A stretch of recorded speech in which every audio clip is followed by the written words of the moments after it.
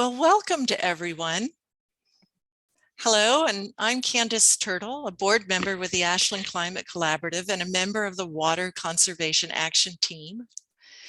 Tonight, we will learn about the ongoing drought in the West and the state of water regionally, as well as how we as residents of Ashland can conserve water and do our part to ensure a healthy supply for future generations. Many thanks to my fellow Action Team member, Larry Cooper, for arranging this evening. Please type your questions into the chat room as they occur to you. We're going to monitor that and ask questions at the end of the presentation. I'd also like to mention that Southern Oregon Pachamama has just started a 6-part Water Solutions Summit, and you can learn more and register at southernoregonpachamama.org. And I believe that Larry Cooper is going to put that URL into our chat room so you can look at it along with any other references we make tonight to websites. Most of the Pachamama sessions are on Zoom and they're on Wednesdays, and we encourage anyone with a passion for water information to attend. This is a reminder, this session is being recorded so that we can share it with those who were not able to attend tonight.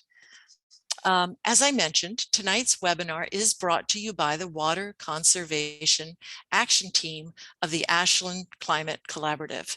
ACC is a hub for community ACC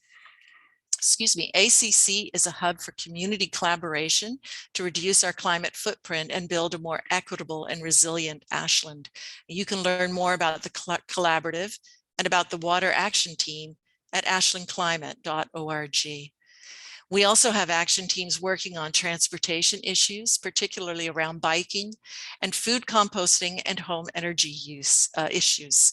In fact, we have a support group on October 4th for homeowners, and we will focus on induction cooktops that night, but our experts will gladly answer any other questions you have about home energy efficiency. Be sure to sign up at ashlandclimate.org. So our first speaker tonight is Larry O'Neill, our State of Oregon climatologist. Larry Cooper will introduce Larry O'Neill, who will spend about 15 minutes or so explaining what drought is and how it affects our land and water. And then later on, we'll introduce some local experts. So Larry, thank you so much for introducing our one of our first speaker tonight, Larry O'Neill. Hello, everyone. I've got to find my place here. One aim of this webinar this evening is to help answer the questions that many of us have about the ongoing drought that we're constantly hearing about and experiencing. We're not experiencing it this week, but otherwise most of the year. We see wells going dry, forests and valleys burning, and trees succumbing to insect and disease infestations. Is extreme drought the new normal for our region? What will it take to refresh our water table and reduce the wildfire danger? Should we expect more extremely dry years in the future, or will we likely see a return to the mean with increased precipitation? Luckily, we have Larry O'Neill, the Oregon State Climatologist, with us this evening. And he's a drought expert, and he's going to answer these questions, hopefully, and more. You'll have a chance to ask him questions at the end, and you can put your questions in the chat, and we'll keep track of them. The Ashland Climate Collaborative is happy to welcome you. Larry, we greatly appreciate you taking the time to share some of your drought and climate knowledge with us, and take it away. Well, thank you very much, and thank you for the invitation. And I'm really honored to speak to you guys today about something I've been working quite a bit on for the last few years as the state climatologist and as a researcher at Oregon State University. And so basically, I want to just, I'm going to focus my presentation on looking at drought in kind of the Southwest Oregon region, obviously where Ashland is and where several major watersheds are, and then give a little bit of insight into kind of what we think is going to happen into the future and how our current drought ranks in terms of our historical droughts, and whether what we're experiencing now is exceptional or whether it's kind of part of like a normal cycle of wet and dry periods that we have. So some of the key points I want to make is the current drought, it's ongoing within Oregon, but it is definitely ranks among the 4 worst in state recorded history. And in Jackson County, it might actually be worse. We'll see later on in the talk how it ranks. And actually, I put it as a bullet point. Southwestern Oregon is experiencing its worst drought in our recorded history going back to 1895 over the last 3 water years. And key drivers of the severity of this drought include very high temperatures, which fuel excess evaporation, low precipitation, and consistently early meltdown of the mountain snowpack during the wintertime. So my goals of this talk, I only have 15 minutes, but I just want to touch on a couple things. I'm glad to take questions on anything that I might have gone by too quickly. But I want to briefly summarize how drought severity and extent is objectively determined in the U.S. Drought Monitor. So that's kind of a very key way that we communicate what we think the extent and severity of drought is throughout the United States. And I want to just provide a brief assessment of how our current drought cycle, which started in fall 2019, how that falls into kind of the, our historical expectations going back to, 1895 or the early 1900s. And then I'm going to briefly and very incompletely summarize our some of the climate model projections of drought and climate for Southwestern Oregon, and try to give our best idea of whether we can expect these conditions to continue, or if we're going to, this is kind of a blip on the radar. So I'll just start with just the simplest drought definition, and if you want to just boil it down to the bare minimum, drought is just an insufficient amount of water to meet needs. And droughts are often slow-moving disasters where impacts develop over time and often persist well after rain and snow returns as we start to recharge groundwater and depleted surface water supplies. And so we determine drought severity and extent operationally using several objective meteorological and hydrological drought indicators, and usually how those indicators diverge from historical conditions. So if they diverge a lot on the dry side, we call that a drought. So one of the things I do is, one of the many things I do in the drought world for Oregon is I chair a committee that gives weekly input to the U.S. Drought Monitor for Oregon. And we do that in conjunction with all the weather service offices in Oregon, including Medford, Portland, and Pendleton, and also representatives from the USDA, NRCS, and USGS, and a few other agencies as well. And so we all continuously monitor and work on building up this basically weather and climate observing system in Oregon, and we monitor it very closely for drought. And so the key indicators that we look for in Oregon, so we assess drought severity and extent not just by precipitation, and that's a common misnomer. We use a bunch of different indicators that include stream flow and seasonal runoff from all our stream flow gauges. Of course, we use precipitation and other standardized precipitation indices, which allow us to compare different regions and different times with each other. A very important indicator in Oregon is the snowpack and the water content of the snowpack that we call the snow water equivalent, or SWE for short.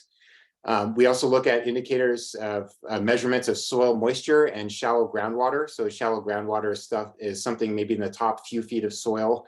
And that's very important for obviously ecological, for agriculture, a lot of different purposes. And then we also look at various estimates of evaporation or air temperature anomalies, which fuel evaporation. And we use some drought indices called the SPI, or Standardized Precipitation Evaporation Index. And I'll talk a little bit more about that in a few slides. Note that when we do input to the drought monitor, we do not consider reservoir levels, because those are managed systems that don't give a real indication of the actual amount of water that's in the landscape that would help to characterize drought at all. So the drought categories we have for Oregon that are listed in the U.S. Drought Monitor. So D0, what we call D0, is abnormally dry conditions. And those conditions typically occur once every 3 to 5 years. And D1, which is moderate droughts, those conditions we expect once every 5 to 10 years. We have severe droughts, extreme drought, and exceptional drought. And those occur every 10 to 20 years for severe drought, and then exceptional drought, which occurs once about every 50 to 100 years. And Ashland right now is, Medford and Ashland is right on the edge of D2 and D3 in the US drought monitor right now. So these are drought conditions that we expect once every 10 to 20 years, or about once every 20 to 50 years. And these are objectively characterized by percentile rankings of major drought indicators against our historical record. And I just want to emphasize that these drought categories are not anecdotal or subjective, but are based on confluent, several drought indicators indicating these conditions at the same time. So drought is characterized against historical, meteorological, and hydrological conditions. The precipitation is not the only factor in the drought depiction, and that's often a misnomer. So I occasionally will get emails from people who say, "Hey, we have this percentage of precipitation. Why are we in drought?" or something like that. And so it's probably because of other indicators. And we also consider loss and storage terms in the total surface water balance, and these include evaporation, runoff, so from stream flow conditions, and then storage in a shallow groundwater system. And so this is usually in a few feet of soil, so that stores a lot of water that gets used, that tends to deplete seasonally. And another very important consideration for Oregon is the condition evolution of our snowpack during winter and spring. And this has been found in a number of studies to be a key predictor of late spring and summer hydrological droughts in snowmelt dominated basins, which basically characterizes most of Oregon, other than the Coast Range. And so when I talk about hydrological drought, I mean drought in streams and in surface water bodies like lakes and ponds and things like that. So the current US drought monitor looks a lot better than it has the last couple of years, but it still has a lot of drought in it. So this red is the D3 conditions. So both Jackson and a lot of Jackson and Klamath County are in this extreme drought category. And then we still have some exceptional drought category in Crook County that keeps hanging around out there. So that D4 is really reserved for some of the historically worst droughts that we've ever experienced. But that has improved due in part to the spring rain that we had that was really very exceptionally wet across a lot of the state. And Northwest Oregon right now is free from drought, although that's going to change tomorrow. There'll be some D0, some of this yellow, they'll start creeping up in here. But quite a bit of Oregon is still in a very significant drought. How much of it? So I just compared how the drought has evolved since last year. So last year is really when our current drought cycle peaked. So this left column here shows the percentage of area in Oregon in these drought categories. So at the end of last water year, at the end of September 2021, more than 70% of the state was either in the extreme or exceptional drought category, and none of the state was in normal or no drought category. And this year, a lot of the states, we had a very good spring and winter precipitation in the northwestern and northern Oregon part. But a lot of the states still is in pretty severe extreme drought conditions. So it has improved somewhat this year, and hopefully this year can keep improving that. So how does the drought in Jackson County this year compare? So this kind of is a good way. So the droughts, our current drought cycle started in the fall of 2019, if many of you remember. And so we have this index that's that we use quite frequently to kind of quantify drought severity and extent throughout Oregon. It's called the Standardized Precipitation and Evaporation Index. So it essentially tries to categorize the source of precipitation for water and then the loss from evaporation, and try to give a more concrete view of how much water there is available in the landscape for us. This index correlates very well with soil moisture and stream flow conditions. And so if you look back at the last 3 years, and then look at the historical data records, this just shows back to before 1895. So on this horizontal axis here, and then any values that are in this red area are drought conditions. And then anything up here, any years up here are in the abnormally wet or conditions. This past year, from this point back a year, Jackson County's basically the last 3 years in Jackson County were the lowest of this index. This indicates that this index is the lowest, so it's the worst drought that we've seen in Jackson County in our recorded history. And this drought has basically been driven by a combination of both below average precipitation and then excess evaporation from well above average temperatures. So as the climate has been warming, we've seen a lot more evaporation from landscape. So the landscape is just drier for more of the year. And this is really starting to make a dent in our water availability in here. So at least by this measure, we barely eke out 1931 or 1932, which was a very historically dry year within Oregon. So you're currently living in conditions that were among the worst droughts in our, basically that any human has experienced within Oregon. So the precipitation, I just want to show that, you know, this is a kind of a time series of precipitation going back to 1895 to 2022 here. And 18 out of the last 22 years, Jackson County has received below average precipitation. So all these years, you know, really the last time we had a really good wet period was in the mid to late 90s throughout here. And then only just a couple years interspersed where we've had a little bit wetter than normal. So if it seems that it's gotten perpetually dry within Southwest Oregon, you know, at least from the precipitation perspective, that is definitely occurring here. So if you look, kind of look back at these last 22 years, how does this rank historically, you know, in throughout last 1,000 years, for instance? And there was a very well done study that just came out within the last year.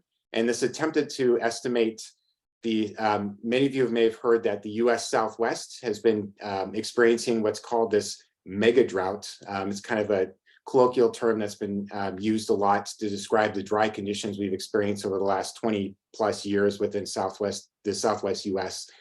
And this study actually also looked at Oregon as well.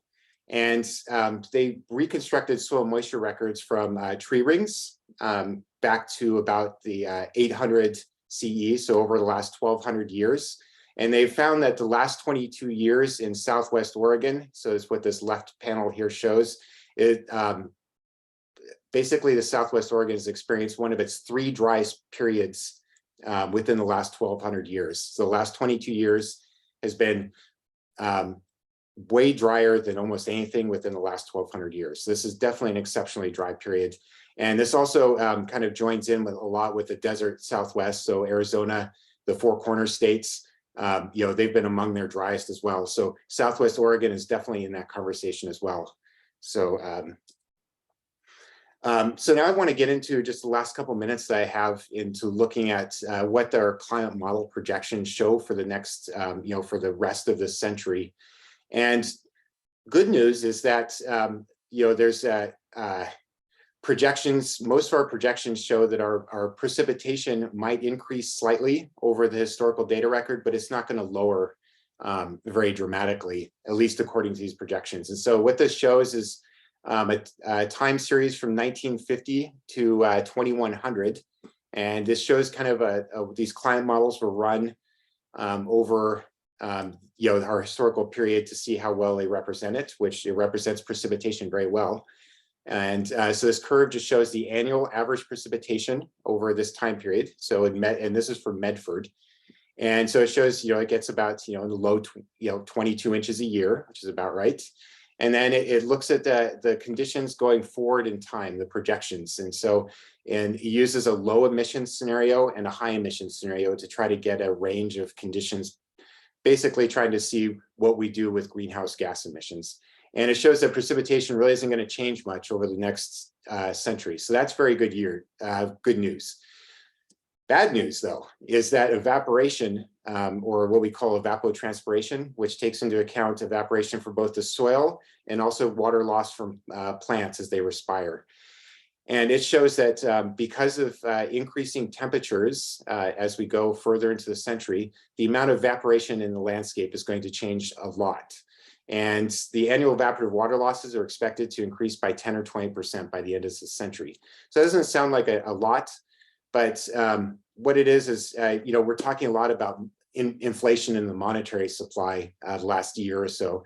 And this is actually something that's kind of like an inflationary factor in our water supply. So, we'll get about the same amount of precipitation, but more of it's going to evaporate away. So precipitation will just not go as far to meet our water needs of society or nature into the future, and by quite a bit. And of course, the main factor in driving the increased evaporation is basically the increase in temperature as we go forward. So this is also kind of our maximum, our annual temperature, daily maximum temperature, also for Medford. So this kind of shows just a projection into the future. So depending on which emission scenario we follow, our expected maximum temperatures is expected to rise by about 5 or 9 degrees Fahrenheit by the end of the century. So that's just the average. So it's a pretty significant increase in our temperature. One of the other things that we're really looking out for the water supply is just our decline in the winter snowpack.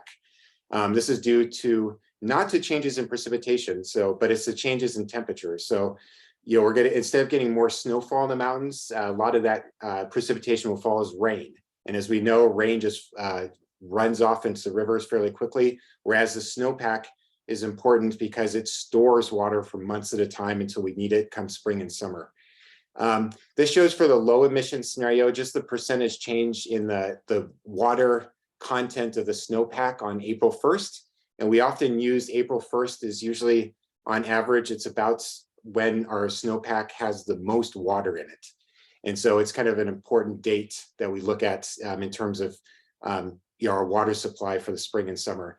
And basically the lower emissions scenario indicates that below about 3,500 or 4,000 feet in elevation, most of this, there will be very little snowpack, very little water in the snowpack anymore compared to conditions now.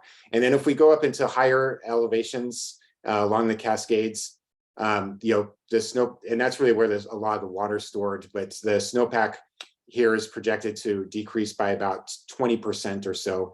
And this is by mid-century. So this is kind of the 30-year average between 2040 and 2070. So these changes are coming, will be coming within our lifetimes. So we can just kind of expect more snow, less water available in the snowpack later into the spring. This is the higher emission scenario, and I'm always a little hesitant to show it because it shows a very dramatic decline in our snowpack on April 1st, on the order of about 40 or 50% over most of the Cascades, over most elevations. So it's a really dramatic decline. I really hope we don't see that because that will just really fundamentally change the character of our water supply within the US West in general. I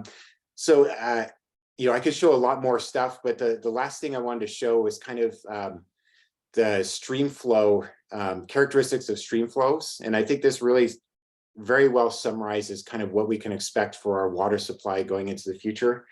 And so this is what's called a hydrograph. And I picked one, I calculated one for the Rogue River near Lost Creek. And this is based on climate model projections going into the future. And it just shows the complete water year, what the average will be in mid-century. So this is 2040 to 2069. This goes from October on the left-hand side to September on the right-hand side. And the black shows kind of the historical conditions. So this is kind of what we historically expect right now. And essentially we expect the highest flows in May or late spring when our snowpack is melting the most. And so we really depend on this. And then we have some good flows going into the summer that kind of last through there as the last of the water leaves the mountains and comes through the system. And then we have a pretty good supply during the winter time. Not too much, not too much, but it's, but the real dramatic change is with the projections. And so both the blue and the orange show the two emission scenarios. So they're both about the same. So I'll just talk about them in the same way. But essentially in the future, we think that the maximum stream flow will shift to the winter time. And part of this is due to the fact that we'll have more rain on snow events since because in the warming climate, there'll be less snow, there'll be more rain. So we'll get more and higher peak flows in the wintertime. And then instead of the snow kind of being stored in the mountains, it'll run off earlier in the spring. And we'll have dramatic declines in stream flow going into early summer. And then what's most concerning is these much lower stream flows in the summer months when we need this water the most. And so this can kind of be, this is a very consistent signal throughout the US West, and we're already seeing indications of this happening within the last 10 or 15 years of the shift in the hydrograph and narrowing of the stream flows. So anyway, just to summarize, our current drought is the most severe in state recorded history, and it's basically driven by a combination of low precipitation and high evaporative demand. And yeah, and I'll just leave it there. Thank you very much. Thank you so much, Larry. What a great presentation and full of a lot of fabulous information. If you guys would like to put in your questions in the chat for Larry now, we'll take them at the end after we hear from Julie and Cody, but we want to give you a moment to go ahead and type those questions in before you forget them. I think the good news that I heard out of there, Larry, was when you said that this drought appears to have peaked in 2021 and we're beginning to come out of it. Another interesting tidbit that I got out of this was that while you're not projecting a huge change in precipitation, that the high temperatures we're experiencing are going to cause more evaporation. So as you said, our evaporative losses will increase 10 to 20%. We will, the water that we will get will not go as far to meet our water needs unless we make some changes. I'm sort of fascinated personally by the fact that you can store a lot of water in farmlands and other lands that are well tended. So we may get to some of that later on. So please put your questions in the chat. At this point, I'm going to ask Larry to introduce Julie Smitherman and Cody Scoggins, our local water experts, who are going to talk a little bit about our regional and local situation and a bit about conservation. And then we'll all come back to our three experts to take your questions. Go ahead, Larry. Cooper. Okay, do you hear me okay? I sure do. Good. Julie Smitherman is the Customer Service and Water Efficiency Manager for the Medford Water Commission. Those folks who have participated in the past in Ashland's water conservation programs likely know her as the person who helped with their home and garden water audit. Now that she works at the Medford Water Commission, we still get to see her, but not quite as often, which is too bad. Together with our other water presenter, Cody Scoggins, they still provide support for Ashlanders who are trying to use water wisely. Cody, the Water Efficiency Coordinator at the Water Commission, has a background in environmental policy and natural resource management. Julie and Cody are with us this evening to help us understand where our water comes from and how we can use our precious water more efficiently. And it does seem from Larry O'Neill's presentation that that would be a wise path for us. So go ahead, Julie. With and then followed by Cody. Okay, I'll have Cody's going to share his screen to get the presentation up, but I just wanted to just say thank you to Larry O'Neill. My goodness, gives us a lot to think about, really, you know, thinking about our future, thinking about how we think and use our water, how we value our water, and all the different ways that we can, you know, there's so many different ways and creative ways that we can come up with working together to find ways to use that water and make it stretch farther and longer. And we're going to have to do that given those projections. So looks like, hey, Cody, do you have the screen share? I'm getting there, yep. Okay, all right. Well, thank you. It's wonderful to see so many familiar faces, and I see a couple of people saying some things in the chat, and it's great to see everyone again. Thank you for being here tonight. Obviously, this is a big topic of conversation in our area. And like Larry O'Neill just said, I'm not sure I even realized that this is the biggest drought that we've had in our area in Jackson County in 1,200 years. And that's really saying something. So what I'm going to talk about first is I'm just going to talk about our water supplies locally. So we have what Medford Water supplies, and then the city of Ashland. And then I'm just going to touch very briefly on the irrigation districts in our area. So go ahead, Cody, you can advance to the next slide. All right, so Medford Water, we have two main sources of water. It comes from Big Butte Springs watershed, which is just at the base of Mount McLaughlin. And then another source is our Rogue River source, and that water is stored up in Lost Creek Lake. We provide water to about 140,000 people throughout the valley. That includes the city of Medford, White City. We also have our partner cities of Central Point, Eagle Point, Jacksonville, Phoenix, Talent, and sometimes Ashland for emergency purposes. And we'll get more into that. Next slide.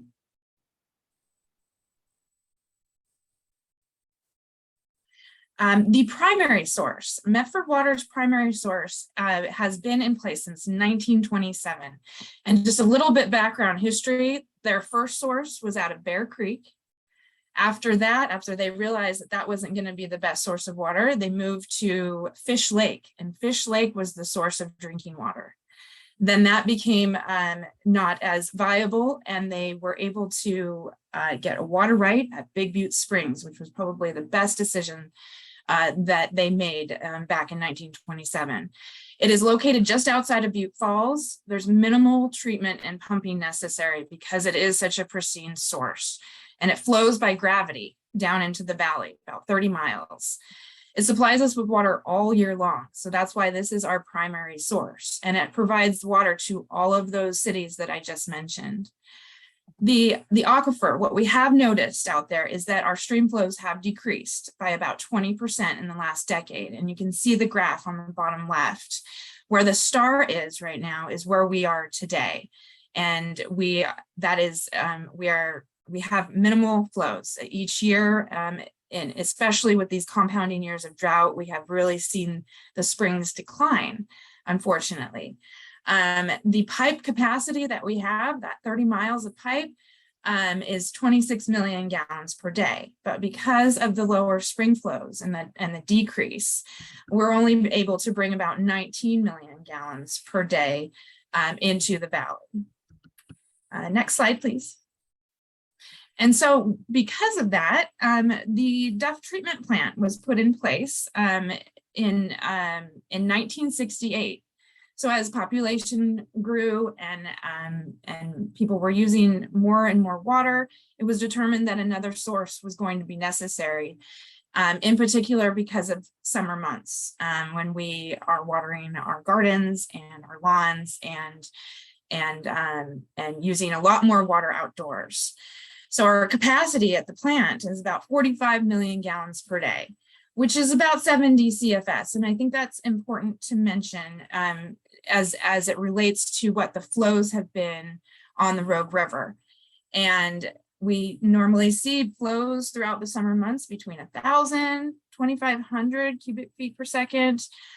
Currently around Dodge Bridge, it's about 1,270 CFS. But just to put it into perspective, how much water the municipal supply is pulling is at maximum only about 70 CFS. Now in the summertime, when we need more than 19 million gallons a day, Duff is what is making up the difference. And historically, this plant has operated between May and October. But as we are learning, and as we just learned more from Larry O'Neill, now our summer has extended, and we are running the plant more between the months of April to November. Go ahead, please.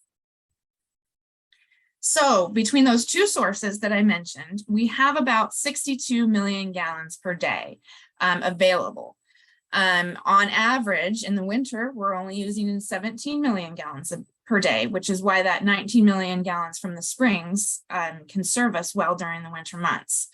But the average, again, goes up and in the summertime, and we're at on average 47 million gallons per day. This year we did hit about 55 million gallons per day. So that's not really leaving us a whole lot of buffer room there, which we are monitoring on a daily basis. That graph on the left, you can see 2022. This is really what we're showing here is how much water the Duff treatment plant had to pull from the Rogue River. And it's showing the time of year that we usually start up the plant. And because of the great spring rains that we got, it did push it back just a little bit. So you see we're not using or not producing as much water from the Rogue River as we had to last year. That green line at the very top, last year we had to start the plant. That was the earliest we've ever started. The Duff treatment plant was on April 1st. And you can see we did have to pump quite a bit more water last year. The graph on the right is showing you the differences between Big Butte Springs and the Rogue River water. And so again, that's why our Big Butte Springs is our primary source. We use that all year long and then supplement with Rogue River during the summer months. And then that peak day is normally in early July. I'm sorry, late July. That should be late July or early August. This year it was around the 27th of July.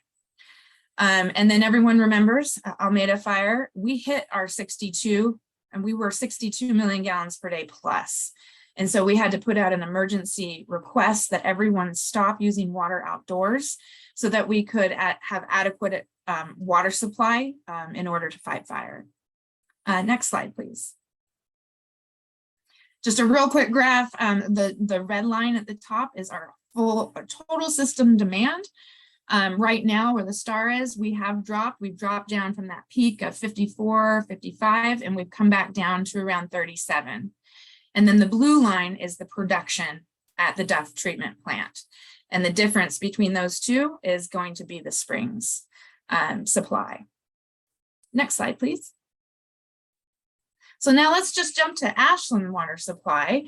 Ashland has a different supply. Obviously, it's coming from a different source. It's coming out of the Siskiyou Mountains from snowpack and precipitation.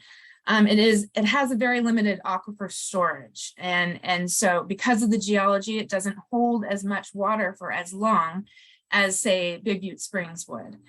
The Ashland has a Reeder Reservoir. You can kind of see it if you notice the difference between the size of Immigrant Lake and the size of Reeder Reservoir. Now, Reeder Reservoir is what supplies the city of Ashland with their main water source. Just to give you just to look at the difference in size there. Now, the east and west forks of Ashland Creek is what fills Reeder Reservoir. And winter use for the city of Ashland is around 1.5 to 2 million gallons per day. And then, of course, in the summer months, outdoor use, it's going to go up to about 5.5 to 6 million gallons per day. Next slide. So Reeder Reservoir holds about 280 million gallons. I know it sounds like a lot, but if you divide that into how many days in the summer months, it's not going to last the whole summer. And so we really rely on that snowpack to gradually melt and come down the mountain and slowly continue to refill Reeder Reservoir. Typically, I don't think, as long as I've been working in this field in the last 12 years, I've always seen Reeder Reservoir fill during the spring. But again, that's because it is a smaller reservoir compared to the other reservoirs that we talk about. East and West Forks, generally this time of year, about 2 million gallons per day. So luckily we are still getting some flow into Reeder Reservoir. However, it's still not going to be enough to make up the difference and keep up with demand. Currently, the reservoir is about 55% full, and demand has decreased because of the rain we've been getting. And so it's brought it down to 4 million gallons per day. And luckily with that rain, it charged it just a little bit. And we've brought up that East and West Forks to over 3.5 million gallons per day. Next slide. So the second source that Ashland has when it appears that Reeder Reservoir is not going to be enough to supply the city with water. In the past, they've used the TID, Talent Irrigation District water. It's a canal that's parallel to the city. I'm sure a lot of you have seen that, know where it is, maybe live by it or walk along it. It is primarily used for irrigation of landscapes within Ashland. However, it can be used as a source of drinking water when we cannot keep up with demand with Reeder Reservoir. So it is pumped to the treatment plant, and it's treated to drinking water standards. And we're allowed to take about 2 million gallons per day from that source. Typically only available May to mid-December or mid-September. Again, the last few years, unprecedented. No TID was available for drinking water purposes in 2021 or this year in 2022. And it was only available for irrigation of landscapes. And even then it was cut off. I believe it shut off this year on August 19th, which was a month later than it was last year, which was July 19th. So at least that spring rain pushed us farther into the summer. And just to make a point, it is not, the canal that goes through Ashland is not connected to Immigrant Lake. It is separate. Go ahead, Cody. So then the third supply, the emergency supply, we mentioned in the very beginning that sometimes we supply water to the city of Ashland. This emergency supply was utilized this year. Again, it didn't have, we used it, Ashland used it earlier in the year, last year in July, but this year didn't have to use it until August, which was good. And as of yesterday, they have officially stopped pumping because as they've done an analysis, they see that the water in the reservoir, and as we're going into the fall, anticipating some rains, that we will have enough to supply the city of Ashland. And of course, demands are going down as irrigation season comes to an end. The tap, it's fully treated water that comes into the city of Ashland from Medford Water. Medford Water treats it at the Duff treatment plant and then sends it through the system. And they do have a water right of 2 million gallons per day. It was used for about a month and a half this year. Next slide, please. This is just a great map that really kind of gives an illustration of where all these sources are. You can see to the upper left, you see the boxes that say Howard Prairie, Hyatt Lake, and you see the little canal that passes Immigrant Lake. Doesn't go through Immigrant Lake, it just passes it. And you see the canal as it makes its way through the city of Ashland. And then you see Reeder Reservoir up there in the hills, and then the tap line as it comes into town and up to the Granite Reservoir.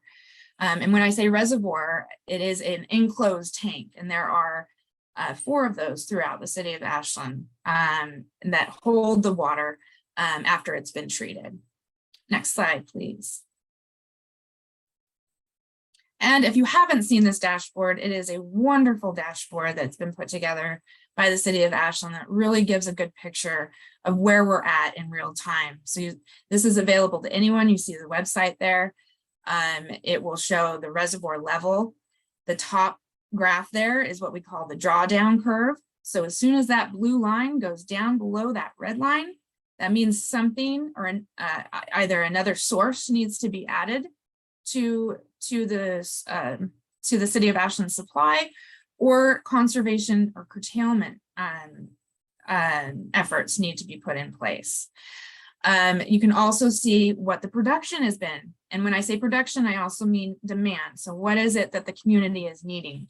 This year, we asked that people stay in that green zone, in that 4.5 to 5 million gallons per day. And you can see it got up into the red there.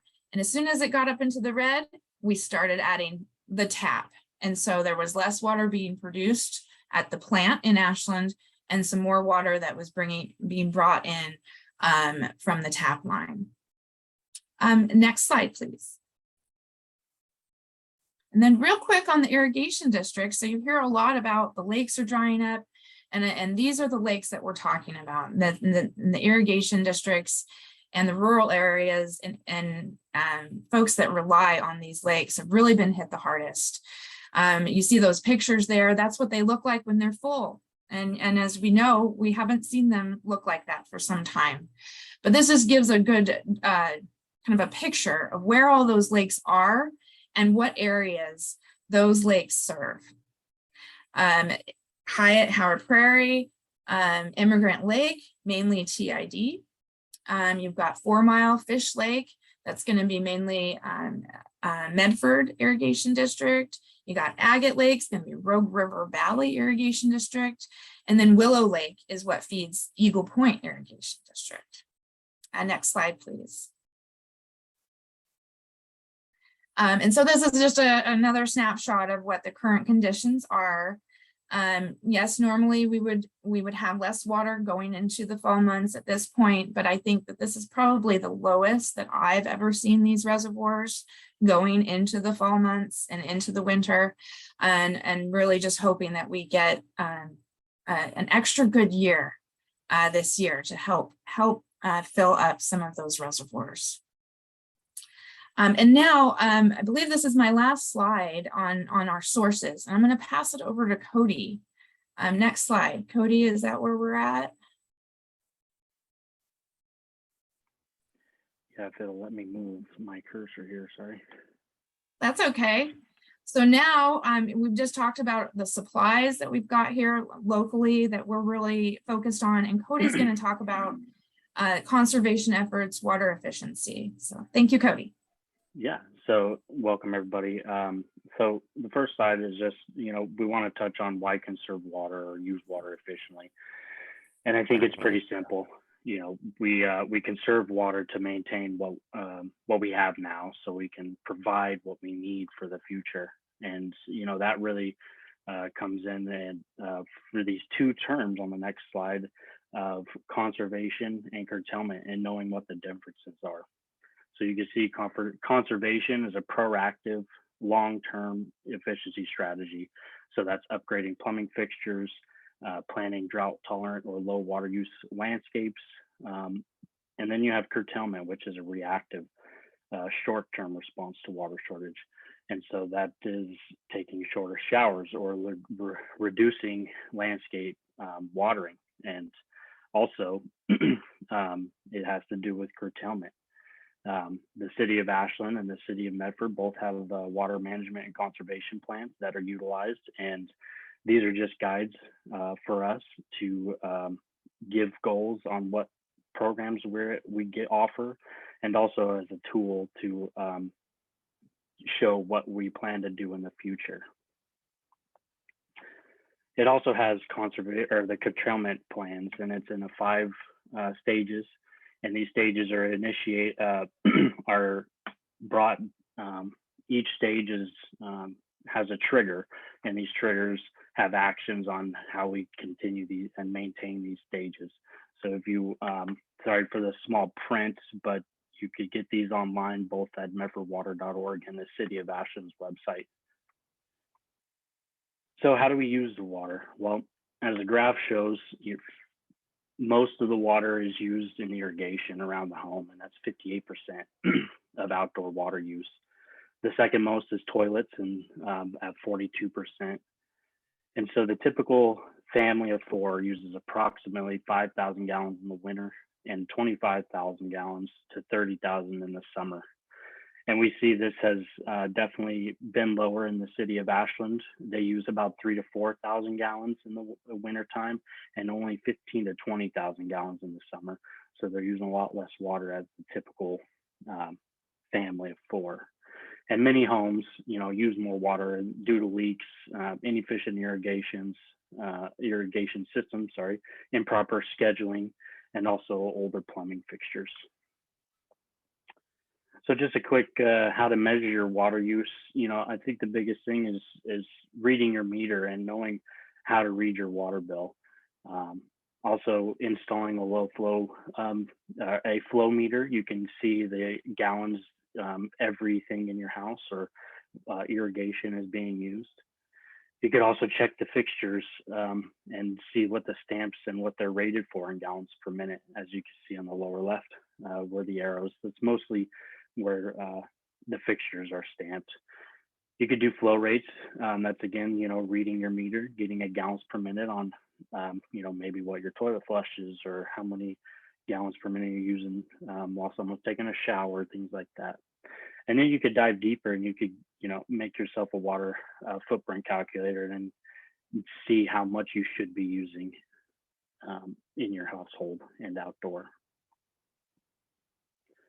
So there's listed some of the water efficiency programs and rebate programs that both Ashland and the city of Medford offer. And our most popular one is our sprinkler evaluations or our water audits.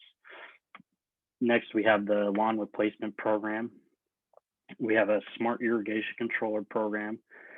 And we also do indoor water use evaluations for both cities. Appliance and fixture retrofitting, toilets, we have rebate programs for toilets, washing machines, and then we also have freebies we give away that are shower heads and aerators to the public. And then we also do, we have public outreach and other resources like rainwater and gray water collection, and we also have water-wise landscaping websites. So here's a quick graph to show you on the left-hand side is it's a little outdated, but the graph shows you basically before we go and do an evaluation and then the results after an evaluation due to improved scheduling.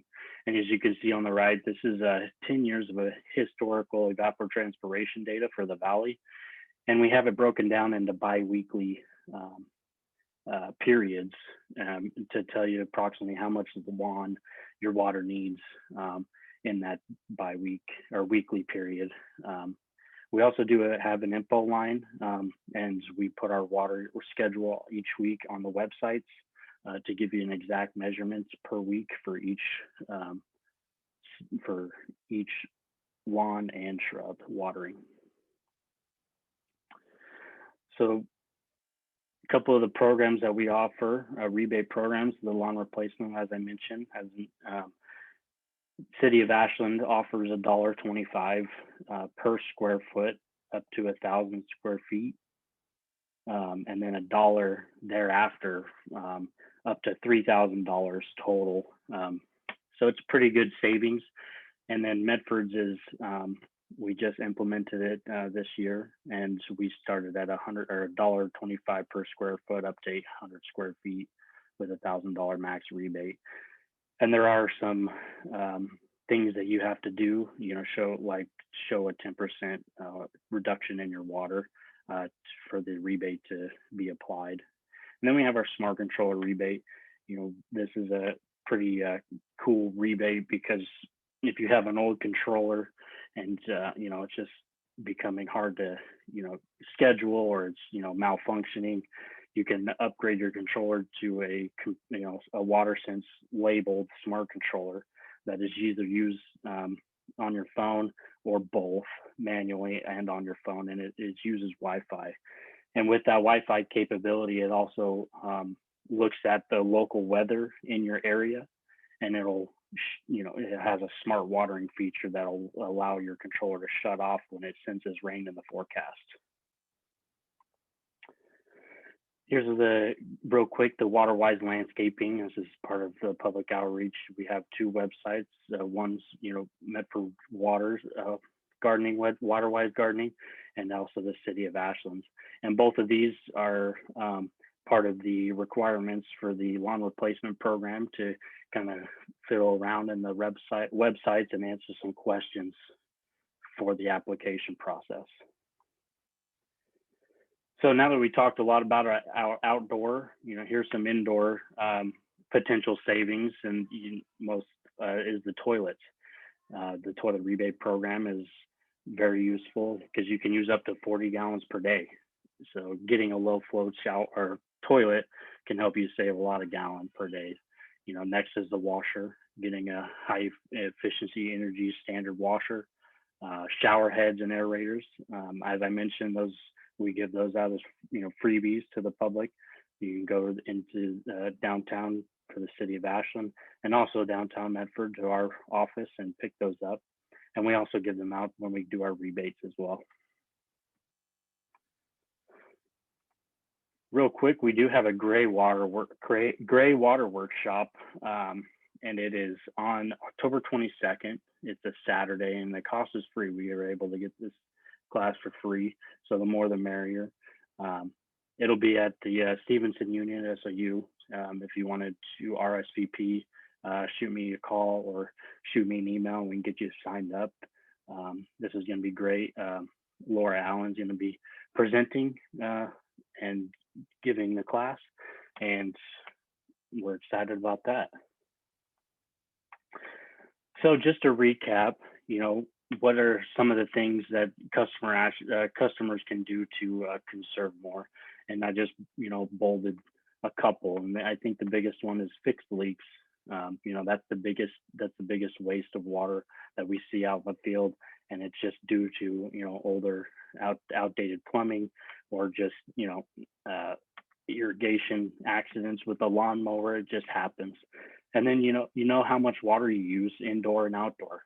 Talk to us, talk to the irrigation districts, or, the soil water conservation districts, and, pull the information out from us, because we're happy to give it.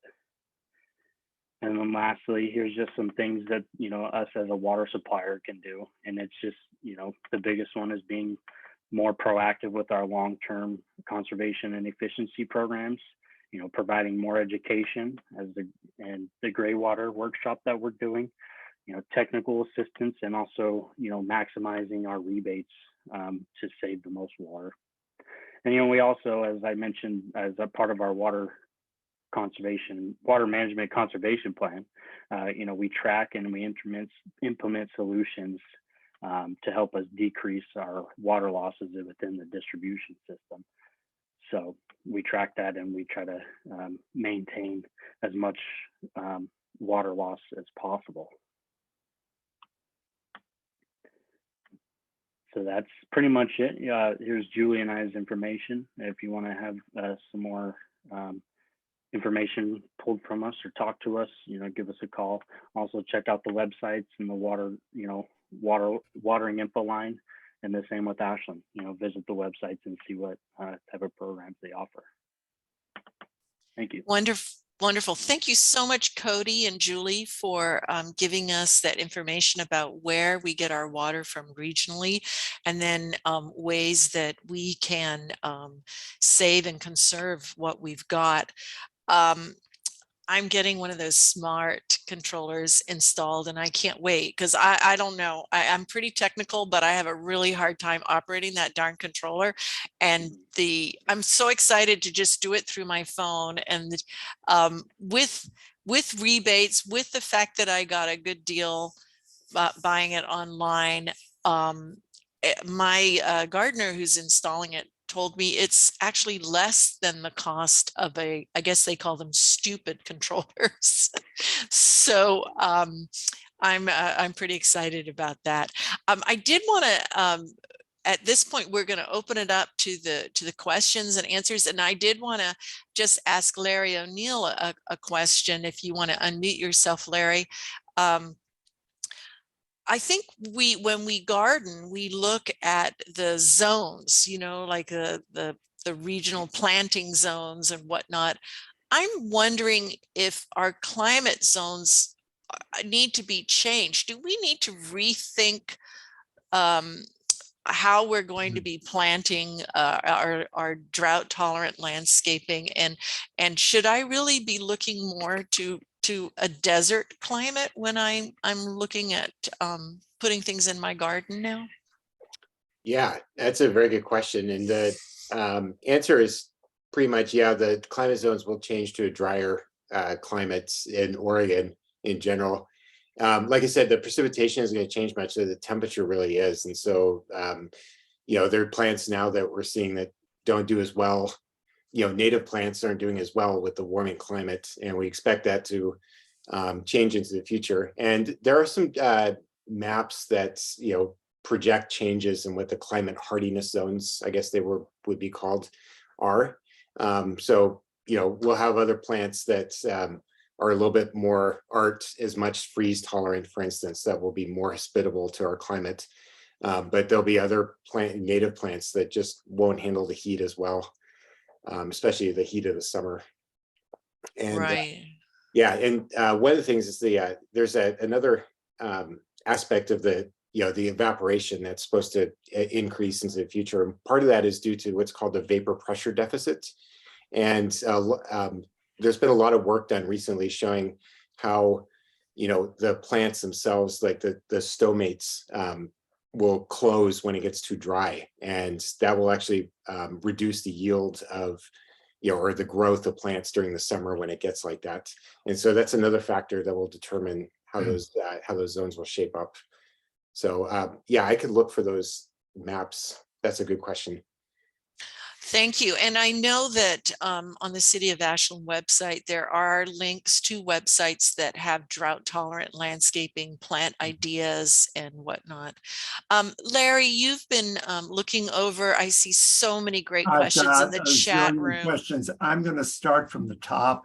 And these are the questions we got after Larry O'Neill's presentation, and then you'll see they'll transition into more water questions. Okay. So the first one is, my concern is that nobody seems to have a long-range plan to address drought. For example, the Talent Irrigation District just says it hopes the water situation will get better next year. And vineyards and orchards are just hoping to keep the plants alive till things get better. Are there plans anywhere in the state or the region that is redrawing policies and developing plans to address long-term drought? And that probably applies to all three of you guys. But Larry O'Neill first on that, if there's any state strategy here. Yeah, I think, yeah, I mean, that's a really good question. And unfortunately, I don't think there's a great answer for it at this time. There are, I think there's pressing needs. And I think a lot of people definitely do know that we need more resiliency in our water supply system. Because the precipitation is not necessarily going to change, but the character of it will. So we have the droughts will be worse, but we will go through periods of wet years and dry years, and in some cases the wet years will be wetter. If we have rain on snow events, for instance, that will cause more flooding. And so we need to just basically have a tolerance for a wider range of atmospheric, environmental, climate conditions than we do now. And that costs a lot of money. So, and things like reservoir projects or infrastructure projects, those are very expensive. They tend to be, controversial, all this stuff. It is on people's radars, but for right now, there are some things being done, some low-hanging fruit, but some of the more difficult questions are still outstanding, unfortunately. So Julie and Cody, do you have some comments on that question about regional strategy? Yeah, I know that the state and specifically the Oregon Water Resources Department is looking at ways for more data collection. You can't make good decisions without good data. And they recognize that. And so that is something that they're putting in their budget, that they're prioritizing.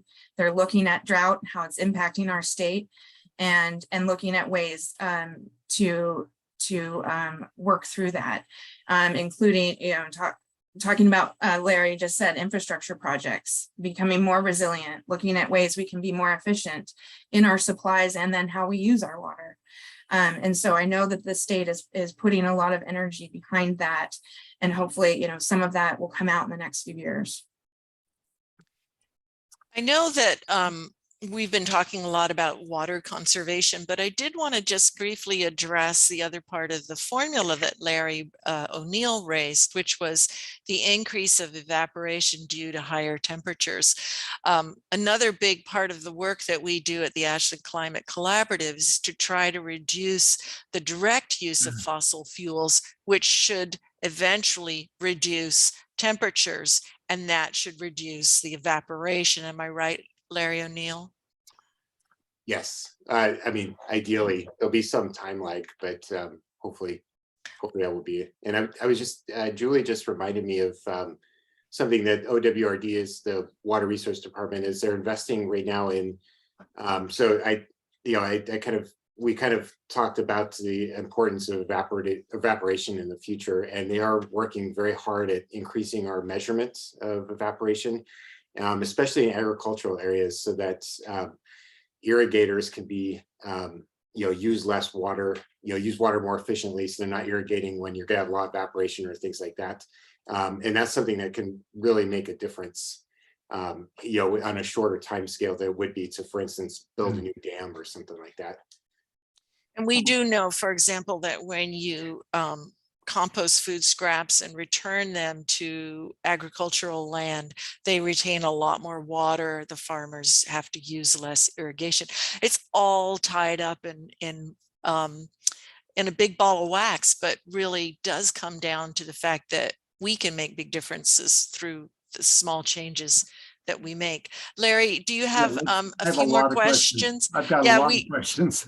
Well, we need to end at around 11:50. Excuse me, I'm in the East Coast, so it'd be 11:15 for me or 8:15 for you guys. So let's try and hit a few quickly, and we'll try also to address these with the work in our newsletters and whatnot as we move forward.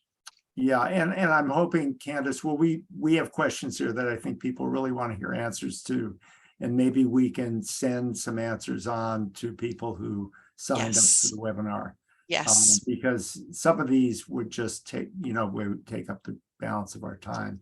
What about rainwater catchments and rainwater capture for people who have large landscapes? It is allowed. It is something you can capture the water that hits your roof, and you can collect that in a rainwater catchment. And rain barrels are one thing, but think about how much that collects. That's about maybe 50 gallons. And so if we're talking more long-term, you want to look at larger tanks. You can do tanks that are above ground. You can do tanks below ground. There are several options, and a lot of great resources locally in Ashland. A lot of landscape contractors that have experience in putting those tanks together. And if someone is specifically interested in those resources, I'm happy to provide you with some names and some contact information for those folks. That's great.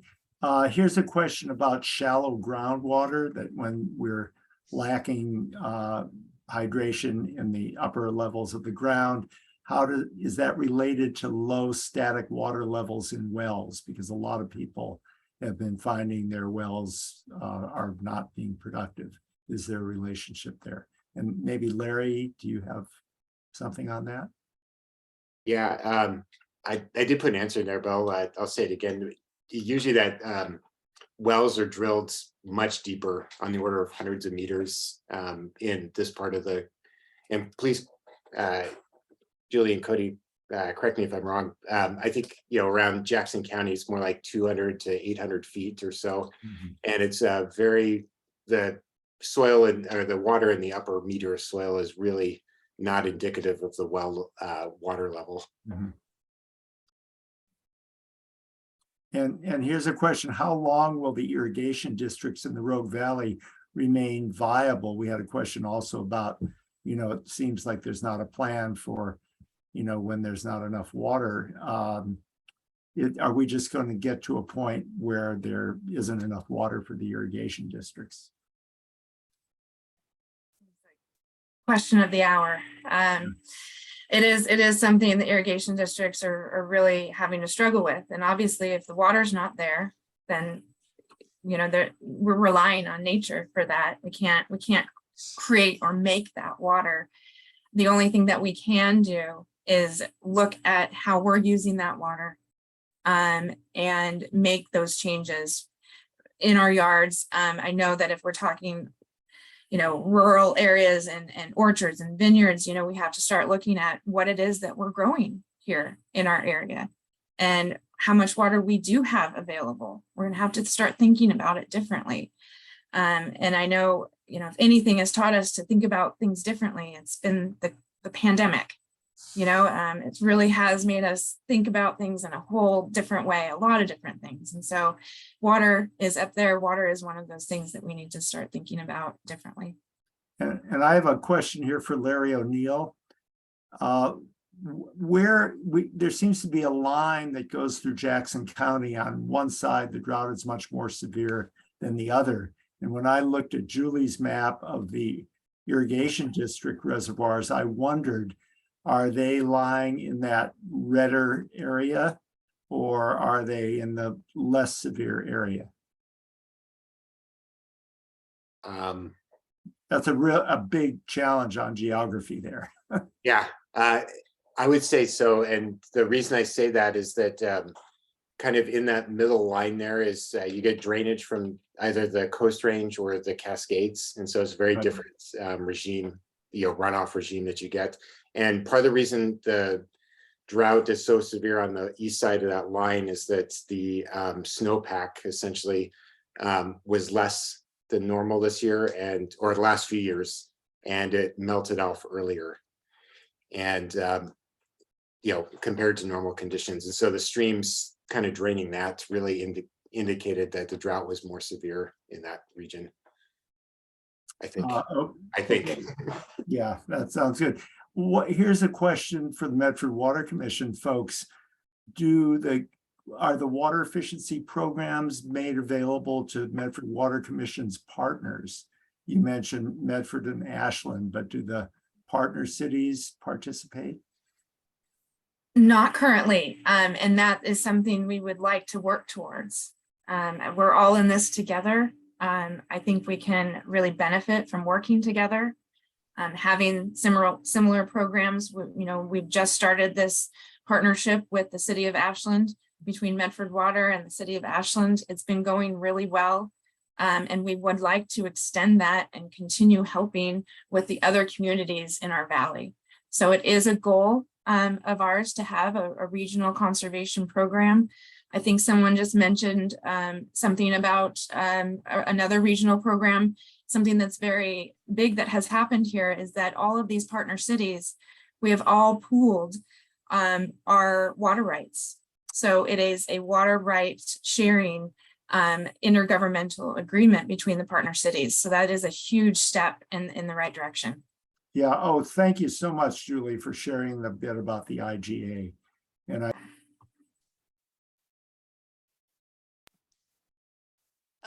I'm sorry. I think that's going to have to be the last question. Larry, you need to unmute. That's going to have to be the last question of this webinar. I'm sure we'll have more conversation about all this. I want to thank everyone for coming tonight, and we hope that we leave you with useful information about drought and conservation, and that you actually do, despite this sort of sobering news that we've heard tonight, you do feel empowered to take steps to reduce your water usage and to be involved in the future of water in our valley. We know that we can do a lot by just changing what we do with our irrigation and whatnot. I'd also and like I just real quick, sorry to interrupt you, Candace, but I wanted to just let everyone know that we are available to talk to anybody on the phone. Just because you live in Phoenix or you live in the county or somewhere outside of the cities that we serve, we are happy to talk you through your water usage over the phone and anywhere we can be of help. Just wanted to. We are so fortunate to have such wonderful experts locally and at the state level to help us through these times. Very invaluable. Thank you.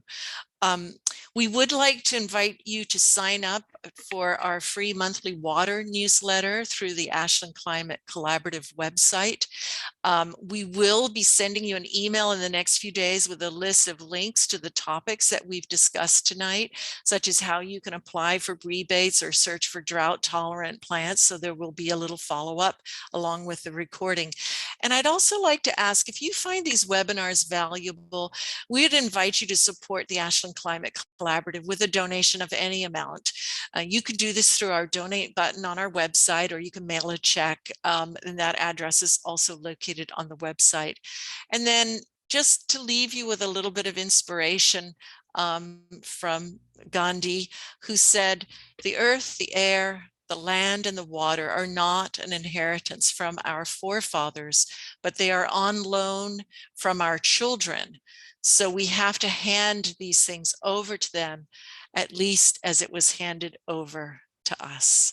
So thank you so much to our wonderful presenters and to the Ashland Climate Collaborative Water Conservation Action Team that arranged this evening's webinars, especially Larry Cooper. Thank you so much. We appreciate your help in ensuring that we can hand over to our children and grandchildren a wonderful supply of cool, clear, life-giving water. Thank you and good night, everyone.